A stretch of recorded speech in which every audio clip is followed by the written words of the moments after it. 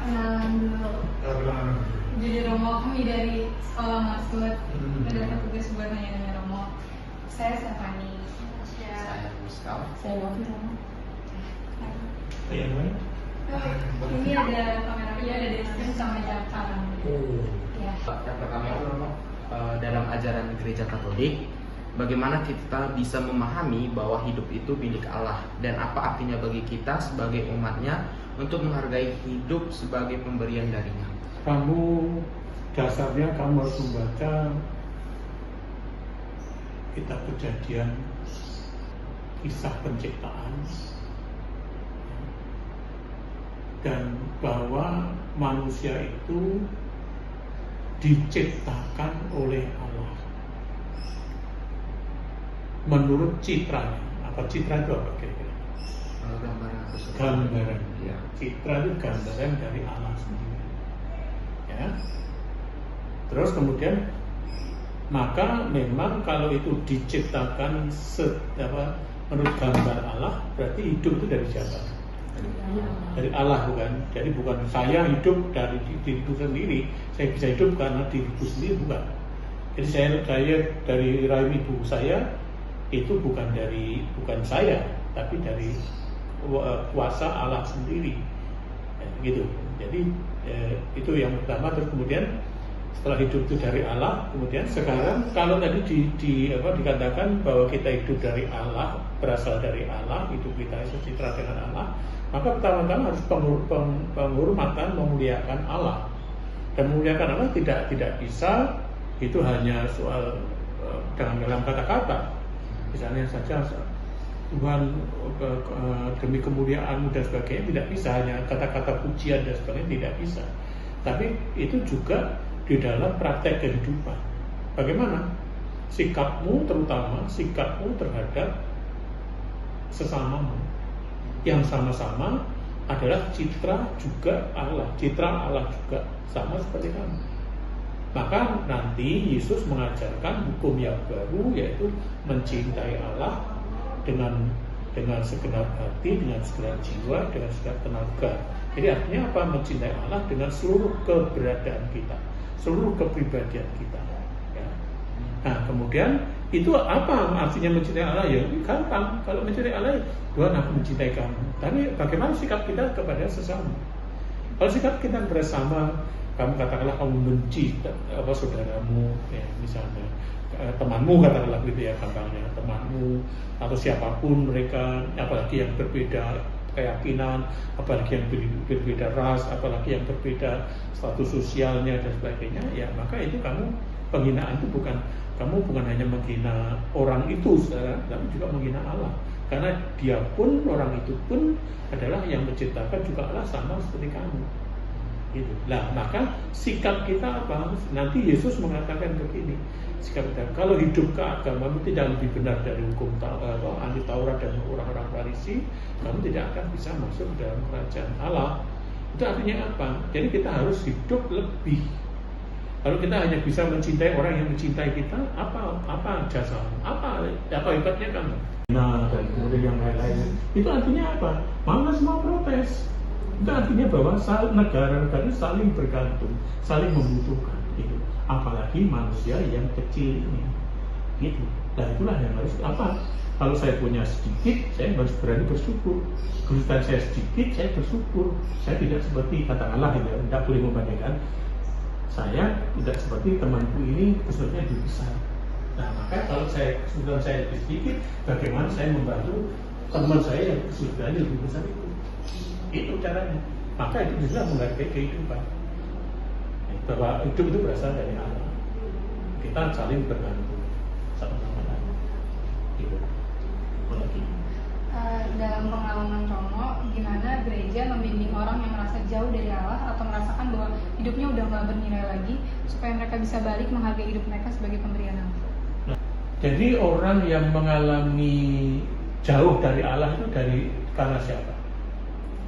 Akibat atau ulah siapa? Orang itu sendiri, bukan? Ya. Sebenarnya kalau dia menyadari bahwa ini adalah ulah sendiri, sebenarnya dia sendiri tahu kuncinya mestinya. Tapi kalau itu berkaitan dengan hidup gereja, hidup gereja, kalau sekarang kalian ini adalah umat dari paroki sini katanya gitu ya, umat dari paroki Cilincing ini, kemudian kalian mengalami kesulitan, kamu tidak lagi hidup kalian itu menjauh dari Tuhan atau gereja atau apa? Bagaimana ya?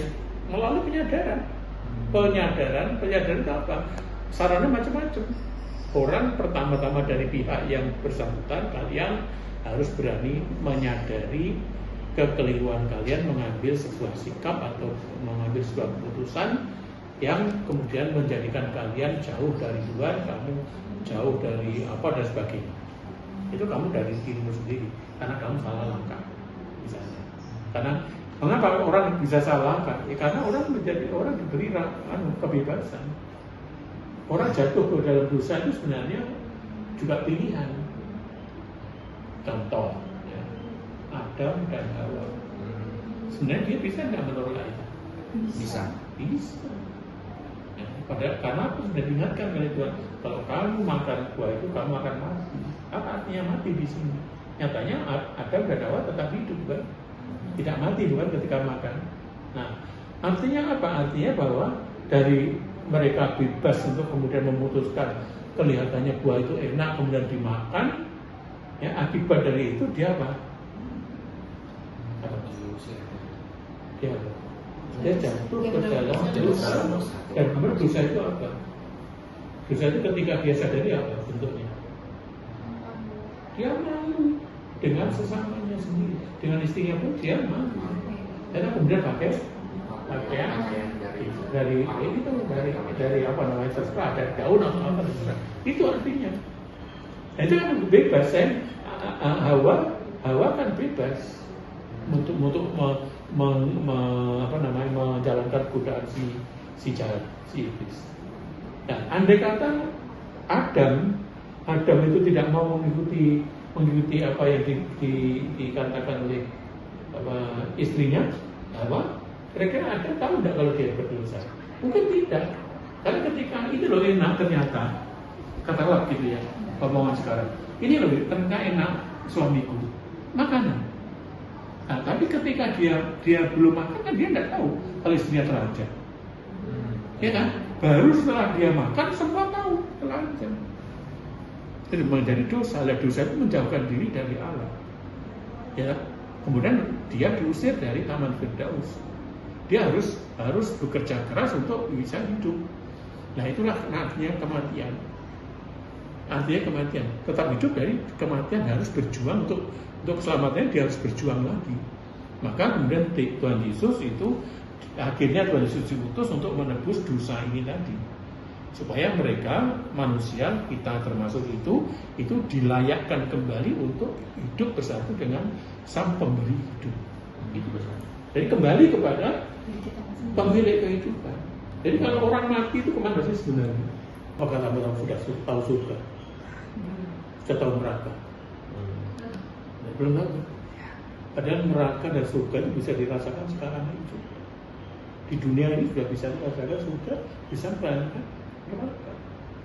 Kalau kamu nanti pulang di rumah, atau contoh, kalau hidup di rumahmu, bapakmu, mamamu, adikmu, kakakmu bertengkar terus dan kamu kemudian di situ di dalamnya kamu ada menjadi anggota itu. Kemudian kamu pulang, kamu pergi seperti sekolah seperti sekarang contohnya. Nanti kamu datang ke sana, pulang ke rumah, papamu, mamamu, adikmu, kakakmu bertengkar, itu apa namanya? Itu neraka, tidak ada kedamaian. Tidak ada kedamaian. Maka kamu pasti enggak mau pulang ke rumah seperti itu. Ya, pasti kamu yakin dengan 1000% kamu tidak mau. Lihat papa mama bertengkar, kakak adik bertengkar dan sebagainya. Kamu akan pergi. Saya masuk kan nggak sama. Kalau kamu misalnya rumah tangga orang tuamu, kamu, papamu, mamamu, kakakmu, adikmu hidupnya baik, rukun, damai, saling mengasihi, melayani dan sebagainya. Ya, ada kedamaian hidup. Bahkan kamu tidak akan mau keluar dari rumah itu. Kenapa? Karena mungkin juga mengancam kamu. hidup yang merasa tidak terisolir dari lingkungan surga yang kamu diciptakan di keluarga, itu surga. Kalau hidupnya damai, sukacita, gembiraan, rukun, bersatu, saling menghargai, itu surga. Itu yang sudah bisa dirasakan dalam kehidupan ini. Itulah surga. Jadi sebenarnya gampang saja untuk mengerti neraka, untuk mengerti surga, gampang saja. Itu. Tapi itu adalah bagian keadaan dari surga, itu bagian dari keadaan dari neraka. Tapi siapa yang mau masuk ke dalam duanya? Ya itulah harus berusaha. Hidup seperti kalau mau masuk neraka ya sudah, gampang saja. Tapi kalau mau hidup neraka surga, ya itu susahnya setengah mati. Bagaimana bisa hidup rukun dalam sebuah keluarga? Itulah caranya, menyadarkan lewat khotbah misalnya. Tadi saya ngomong, kita seringkali lupa akan janji baptis kita. Misalnya salah satunya janji baptis. Janji baptis apa? Kalau kamu dulu dibaptis itu, kalau kamu dulu baptis Katolik, pasti kamu akan pertama diampuni dosanya. Kedua, kamu menjadi anak Allah dalam Kristus. Ketiga, kamu menjadi anggota gereja. Nah, kalau kalian itu dengan sadar bahwa ketiga hal ini itu kamu hidupi sebagai orang Katolik, maka inilah sebenarnya kamu kamu dengan sadar mengikuti ini, kamu sudah menghidupi tadi. Bagaimana gereja ini lewat khotbah, mungkin kalau lewat pelajaran agama untuk moral, pelajaran moral, atau sekarang itu budi pekerti. Kalau di sekolah itu sekarang nggak ada budi pekerti, nggak ada kan? Atau ada apa namanya? Agama dan budi pekerti. Budi pekerti ya itu di situ. Itu melalui itu. Tapi apakah semua orang mau mendengar itu? Kamu kalau sekolah di Mas sendiri nih, kamu menerima agama dan pendidikan yang kamu kejar pasti nilai. Bukan nilai-nilai yang dalam moral dan agama itu kamu praktekkan dalam hidup, enggak. Pokoknya aku dapat nanti ujian dapat 10 selesai. Bahwa kamu hidupmu istilahnya morat-marit berantakan dan sama, itu urusan belakang. Itu yang ada dalam diri kami yang pasti. Tapi kalau orang yang ingin menjadi tadi, bagaimana gereja itu membimbing, ya itu salah satunya. Melalui itu, melalui khotbah, melalui baca agama, membaca kitab suci, mengaku dosa. Semua itu adalah cara gereja menyadarkan orang untuk. Apa pesan yang ingin Romo sampaikan kepada generasi muda yang hidup di zaman yang penuh tantangan agar mereka tetap mengingat bahwa hidup mereka adalah anugerah Allah dan merawatnya dengan baik? Paus yang baru meninggal itu, ada salah satu insikliknya itu namanya Laudato Si. Laudato Si itu artinya mencintai alam semesta.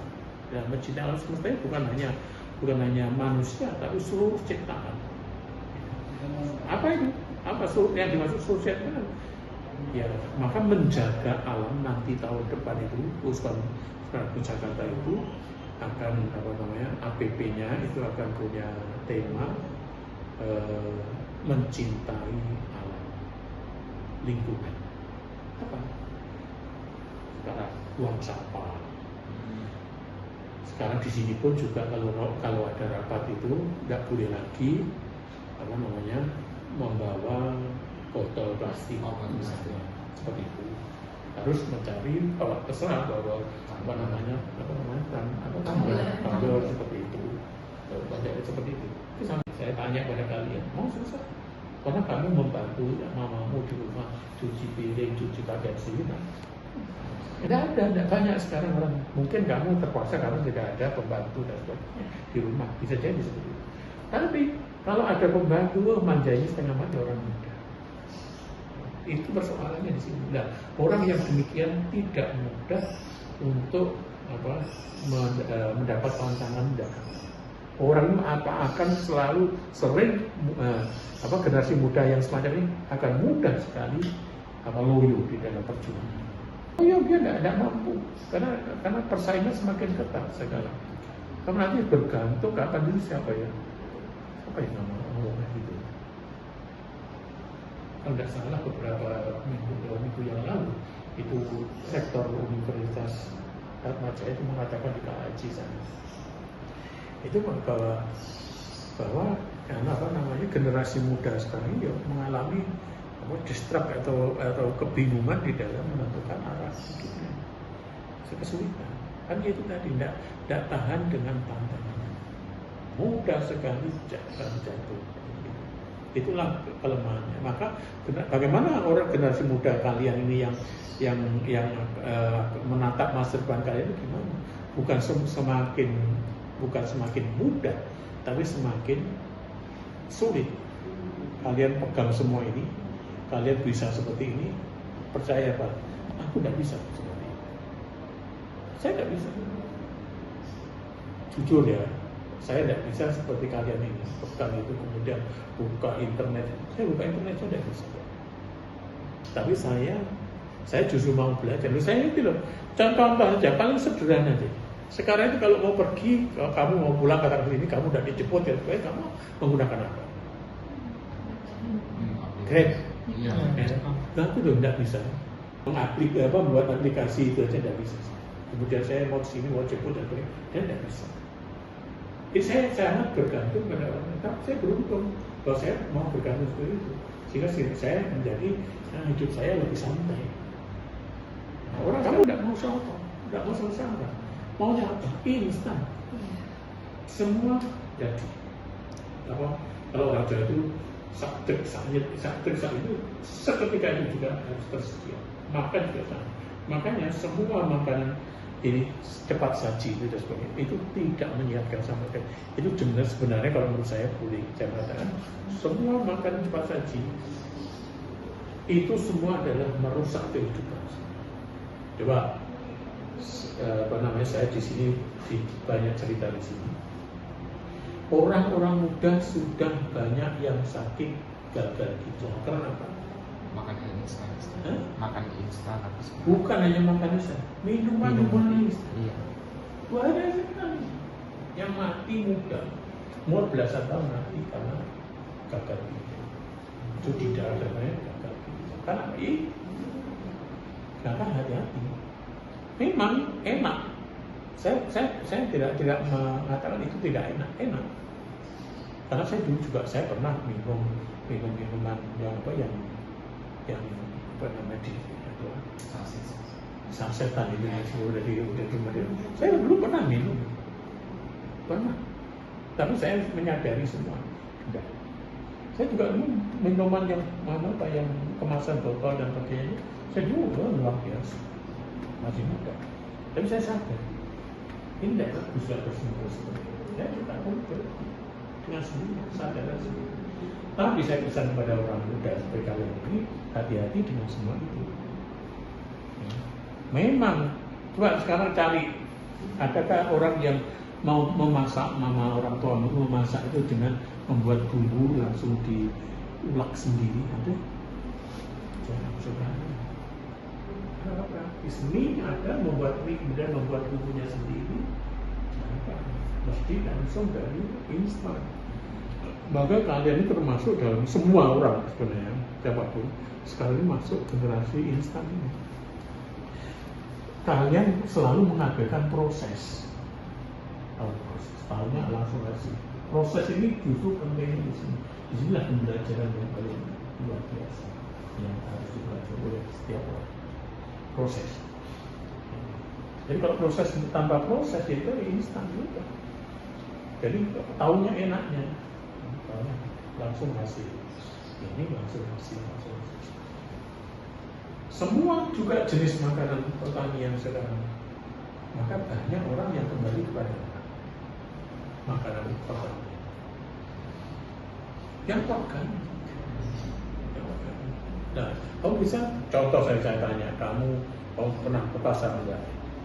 Bagaimana membedakan ini organik, ini anorganik? Itu gimana? Ini sayur bayam enggak? Sayur bayam organik dan sayur bayam yang tidak organik. Kamu tahu bedakan tapi sawi juga begitu, lain-lain juga begitu.